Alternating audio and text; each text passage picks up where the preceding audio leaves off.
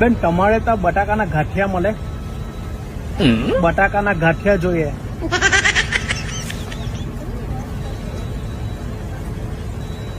ભાઈ વડાપાઉં, બટાકાના ગાંઠિયા એવું કઈ ખરું? બહુ ભૂખા થયેલા હે. વડાપાઉં, નહીં વડાપાઉં.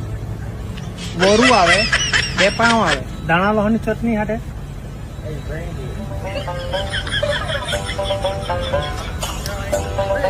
બેન તમારે ત્યાં વડાપાઉં મળે? વડાપાઉં. વડાપાઉં. વડાપાઉં, ધાણા લસણની ચટણી ને પાઉં ને એવું આવે. બટાકાના ગાંઠિયા તો છે ને? બટાકાના ગાંઠિયા.